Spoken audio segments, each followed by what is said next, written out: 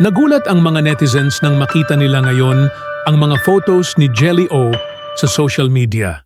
Duguan at sabog ang labi ng nasabing DJ at ang dahilan di umano ay ang pananakit ng kanyang fiancé na si Jam Ignacio. Si Jelly ang fiancé ni Jam Ignacio, ex-boyfriend ng actress TV host na si Carla Estrada. Matatandaang na-engage sina Jelly at Jam noong Nobyembre 11, 2024.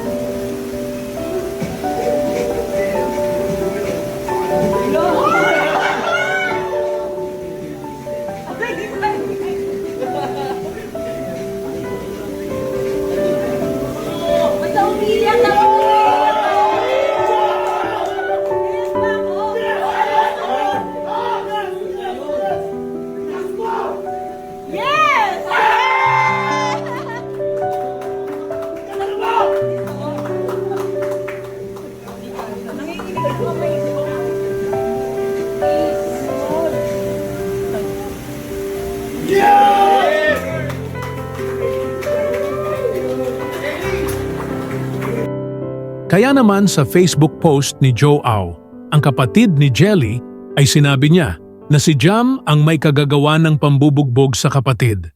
Sa kanyang post ay sinabi ni Joe na wala siyang alam na dahilan para saktan ang kanyang kapatid.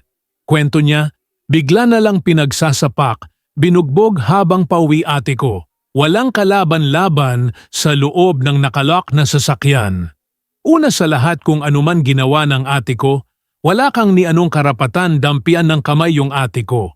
Ang kapal naman ng mukha mo, Jam Ignacio, ni hindi makahingi ng tulong ate ko dahil kunuha mo yung cellphone.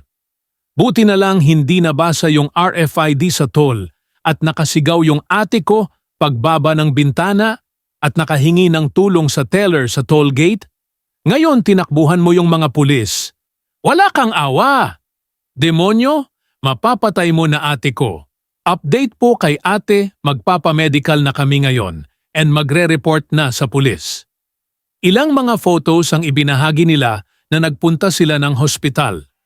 Nagbigay naman ng kanyang mensahe si Jelly sa pamamagitan ng ilang mga post sa Instagram.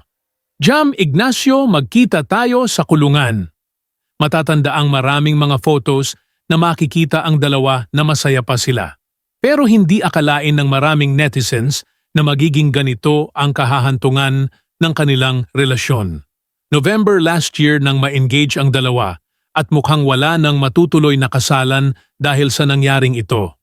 Ilang mga photos din ang ibinahagi ni Jelly sa kanyang Instagram na makikita ang kanyang sinapit at ginawa di umanong pananakit sa kanya ni Jam. Sa kanyang mga larawan ay makikitang matindi ang ginawang pananakit sa kanya. Sabog ang labi at may sugat na maliit pa sa ibaba ng mata. Sa isang caption ay hindi napigilan ni Jelly ang makapagsalita ng hindi maganda. Isang mensahe naman ang ibinigay ng kaibigan ni Jelly na si Christian Tugado. Ayon sa kanya, Jam Ignacio, sobrang laki ng tiwalang. Ibinigay namin sa iyo bilang matalik na kaibigan ni Jelly O, pero bakit mo ginawa ito? Kahit anong kasalanan at pagtatalo nyo bilang magkarelasyon, wala kang karapatang manakit ng isang babae. Di ka namin mapapatawad, halos patayin mo, kaibigan namin. Isang post din ni Jam sa Facebook ang mababasa na sobrang galit niya kay Jam. Happy Valentines? Jam Ignacio, mapapatay mo ko? Wala akong ginawang masama para ganituhin mo ko? Halos mamatay ako sa ginawa mo. Papalukong kita. Bago pa nangyari ang insidente, ay may post pa si Jelly na maayos pa sila ni Jam. Samantala, wala pang mensahe si Jam sa nangyaring ito. Samantala, nireport naman ni Ogie Diaz ang nasabing balita at nagbigay din ng kanyang mensahe at comment tungkol sa nangyari.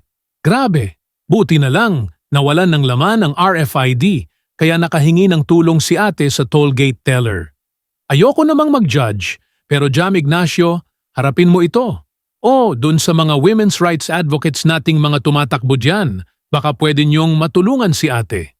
Ito na ang right timing na hinihintay niyo. Matatanda ang Agosto 2024 nang ipakita ni Jam Ignacio na may bago na siyang girlfriend. Kaya medyo maraming netizens din ang nagulat dahil alam ng lahat na si Carla Estrada ang kanyang karelasyon. Hindi naman na nagsalita si Carla sa issue na ito at nanatiling tahimik. Naging active sa pag-post si Jam at Jelly tungkol sa kanilang relationship na marami din ang tila sumuporta hanggang sa tila nagkaroon ng mga cryptic post na narelate si Carla. Pero nanatiling tahimik si Carla, although may mga cryptic post din. Hanggang sa huling balita na ito, ikinagulat ng mga netizens ang sinapit ni Jelly. Ilang mga fans ni Carla ang nagsabi na maganda na rin na naghiwalay si Carla at Jam dahil naisalba ito sa anumang pwedeng mangyari kay Carla. Ano po ang masasabi nyo sa story na ito?